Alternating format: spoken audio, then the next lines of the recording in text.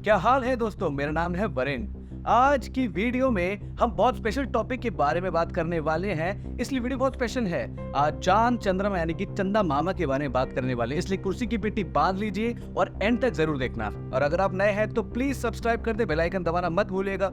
लगभग 4.5 अरब साल पहले जब पृथ्वी का निर्माण हो रहा था, तब हमारी पृथ्वी का कोई भी चंद्रमा, कोई भी सैटेलाइट नहीं था। लेकिन उसके बाद में एक बहुत बड़ा एस्टेरॉयड पृथ्वी से टकरा गया। उसके बाद लाखों करोड़ों टुकड़े स्पेस में फैल गए।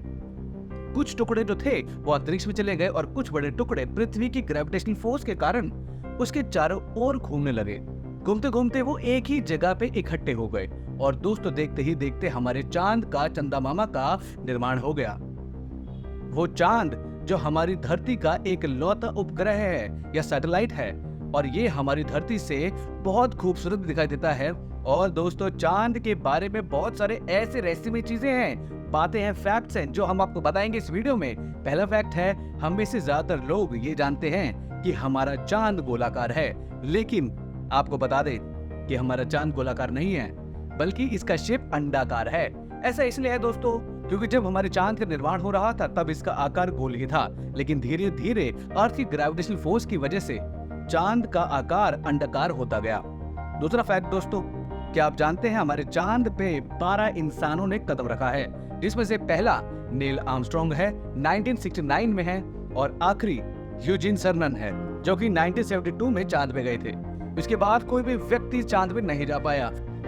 तीसरा फैक्ट, हमारा चांद का एवरेज डायमीटर 3475 किलोमीटर है। इसके आधार पे मून हमारे सौरमंडल का 5वां सबसे बड़ा सैटेलाइट है, और हमारे सौरमंडल का सबसे बड़ा उपग्रह जो है वो जुपिटर का है। जब हम पृथ्वी से सूरज और चांद को देखते हैं तब हमें ये सेम साइड से दिखाई देते हैं, लेकिन दोस्तों रियलिटी में चांद से हमारा सूर्य जो है वो करोड़ों गुना बड़ा है। आप दोस्तों इस पिक्चर को देखिए, इसके आधार पे आप सोच पाएंगे कि हमारा सन और हमारा मून और इनमें कितना डिफरेंस है। आप देख सकते हैं यहाँ सन है, यह अर्थ है और ये मून है। जब पृथ्वी सूर्य के आगे इतनी छोटी है तो मून तो नेग्लिजिबल है। अगला फैक्ट, चांदी रात में मून इतनी ज्यादा लाइट को रिफ्लेक्ट करता है, लेकिन हम उस मून की जगह 3 लाख मून्स को रख दें तो हमारी पृथ्वी जो है दिन के 12 बजे दिन लाइट होती है ना, उतनी लाइट से प्रकाशित हो जाएगी। कमाल की बात है ना। सिक्स्थ फैक्ट, क्या आप जानते हैं मून हमारी अर्थ से हर साल 1.5 इंच दूर होता जा रहा है।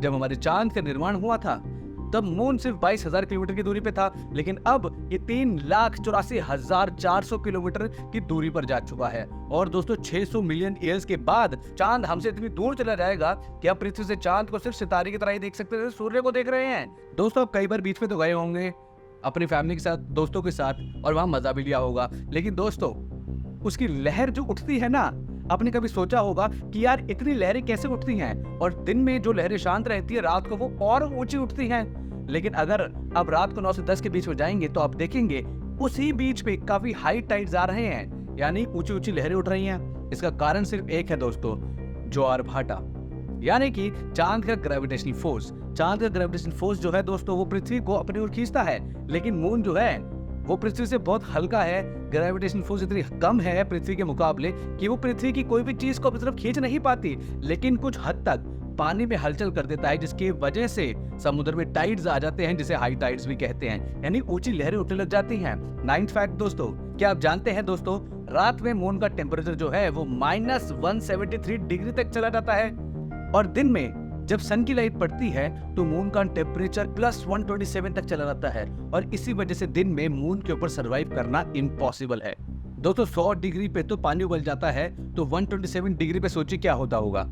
9वां फैक्ट, क्या आप जानते हैं 1 moon day is equal to 29 earth days. 10th fact, आपने पृथ्वी पे घूमते फिरते आसमान तो देखा ही होगा जो कि ब्लू कलर का दिखता है, लेकिन अगर आप चांद पे होंगे ना और स्पेस में देखेंगे यानी आकाश को देखेंगे तो आपको ब्लू नहीं ब्लैक कलर दिखाई देगा। ये इस वजह से है क्योंकि मून का कोई भी एटमॉस्फेयर नहीं है, जिसके कारण वहां पे आकाश का कलर कोई होता ही नहीं है, जिससे ब्लैक कलर दिखाई देता है। 11th फैक्ट, हम सिर्फ मून के 60% हिस्से को देख पाते हैं, लेकिन 1959 में रशिया का लूना 3 ने इस 40% हिस्से की फोटो ली थी।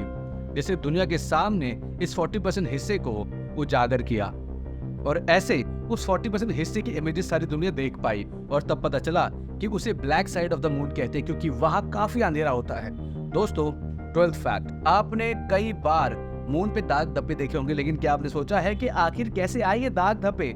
लगभग 3.8 मिलियन ईयर्स पहले बहुत सारे एस्टेरॉइड चांद से टकराए थे, जिससे पूरे चांद पे बहुत सारे गड्ढे हो गए थे। क्या आप जानते हैं दोस्तों कि चांद का सबसे बड़ा गड्ढा, इसकी चौड़ाई 2000 किलोमीटर की है, यानी मुंबई से कलकत्ता की दूरी। समझ सकते हो कितना बड़ा गड्ढा है ये? कमाल की बात है दोस्तों। इसी बात पे लाइक करके सब्सक्राइब जरूर कर देना और कमेंट बॉक्स में बताना कौन सा फैक्ट आपको अच्छा लगा।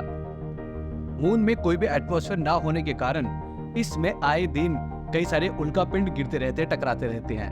13th फैक्ट, हमारी पृथ्वी की जो ग्रेविटी है और मून की ग्रेविटी को कंपेयर करें तो 1/6 आएगी, यानी कि अगर आपका वेट पृथ्वी पे 60 kg है तो मून पे आपका वेट सिर्फ 10 किलो रह जाएगा। अब आप सोचते होगे जिसका वेट ज्यादा है वो मून पे चला जाए ताकि वो पतला नजर आए।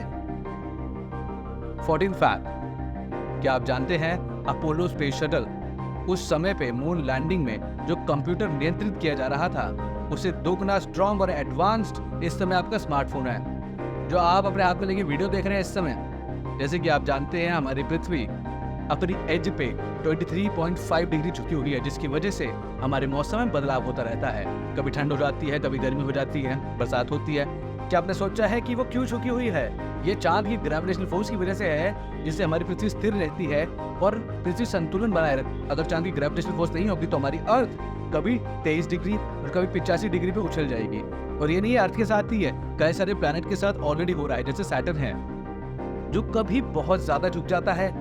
लेकिन अगर चांद का ग्रेविटेशनल फोर्स नहीं होता तो दोस्तों हमारी पृथ्वी भी ऐसी ही घूमती रहती और स्थिर नहीं रह पाती और उसका झुकाव चेंज होता रहता, जिससे अर्थ पे कई जगह पे 6 महीने बहुत ठंड पड़ जाती, बर्फ हो जाती और कई जगहों पे बहुत गर्मी हो जाती, जिस वजह से इंसान का रहना अर्थ पे भी इम्पॉसिबल हो जाता।